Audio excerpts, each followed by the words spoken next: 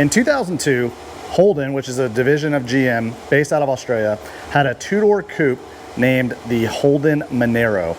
It was kind of their version of America's Camaro, but since they didn't get the Camaro, they got the Monaro. But in 2002, the Camaro in America died. So in 2004, Pontiac brought the Monaro to America and rebranded it, rebadged it as the Pontiac GTO. Now, something that I find funny is most often other countries get shafted in platforms. So for example, the Ford Focus RS from a long time ago, over in Europe, they got a 5-cylinder turbo where we never got that over here in America. And I could list a whole bunch of other options and examples, but that's just the first one that comes to mind. But in 2002, when the Monaro existed, the Atlas 4200 also existed. So why did GM not take the opportunity to go toe-to-toe with the Barra-powered Falcon? Just a bunch of pansies. They had the motor, they had the platform, and in 2002, they had already had a prototype twin-turbo Trailblazer SS using the Atlas 4200.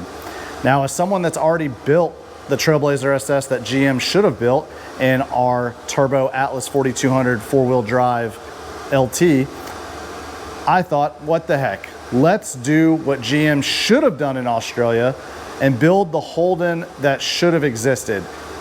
Build the Monaro, the GTO, whatever you want to call it, with a proper inline six to go toe-to-toe with the Barra-powered Falcon. So I present the Atlas 4200 powered GTO. Now, in Australia, they only got the 5.7 and they got a 3.8 liter supercharged V6. But in America, we got at least the 6 liter. Well, I think all of those are cool options.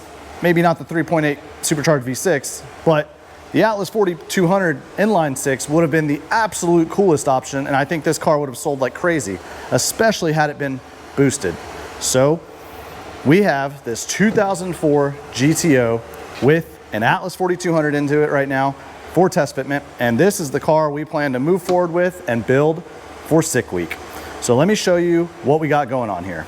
Now, this thing fits pretty good, if I'm being honest. The factory GTO 6 liter and 5.7 liter came with a front sump pan. So there's a large gap in the K-member between roughly where the motor mounts sit, and then there's a front bar that the sway bar mounts to.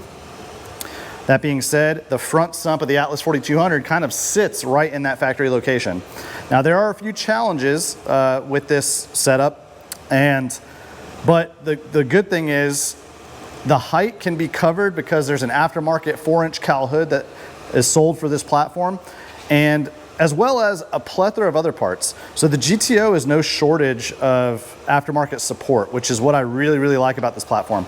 Unfortunately, this platform was only made for 3 years, so there are certain parts that have been discontinued, and there are certain parts that are a little bit pricier. So if you're looking for certain trim pieces or certain aftermarket parts, they may be discontinued, or you may have to find them on a secondhand market, and sometimes they can be pricey if people know what they have, or if people just know that, hey, I can charge whatever I want for this. But that being said, the aftermarket support for this car is pretty large. At the end of the day, it's a GM platform that shares a lot of parts with the F-body. So for example, the T56 transmission that came in this car, which this originally was a T56 car, is essentially an F-body T56 with some minor modifications to the shifter. The shifter had an offset shifter cup, which allowed the shifter to be placed further back because of the shifter placement within the car. But other than that, the transmission is identical. That and the gearing for the GTO was not as ideal as like a regular F-body T56. Now, this car is great, and we just threw this in here to test fit to make sure everything would fit. Now, comparing it to the last car that this setup was in, this intake would not work against the brake booster. It was going to take a ton of work, whereas this car, I mean, it's sitting in here now and it's sitting down on the crossmember, but if we just lifted it like a 1/4 inch and put it on motor mounts, I could mount it just like it is right now and move forward. So this is massive.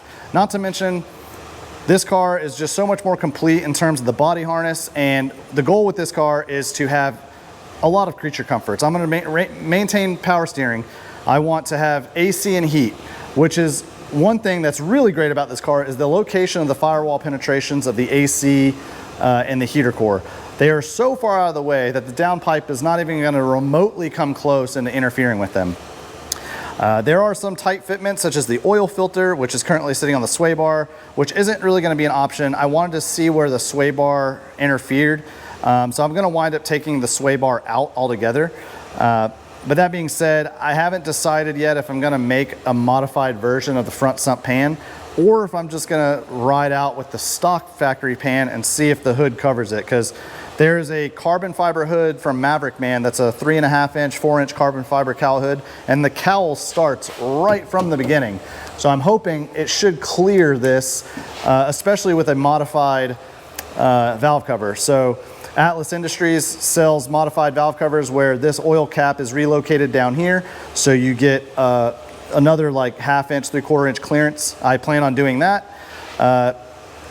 And I'm thinking that with the cowl hood and this, everything should be covered under the hood.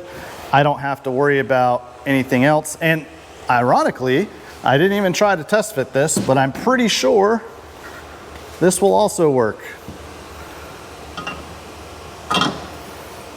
Look at that.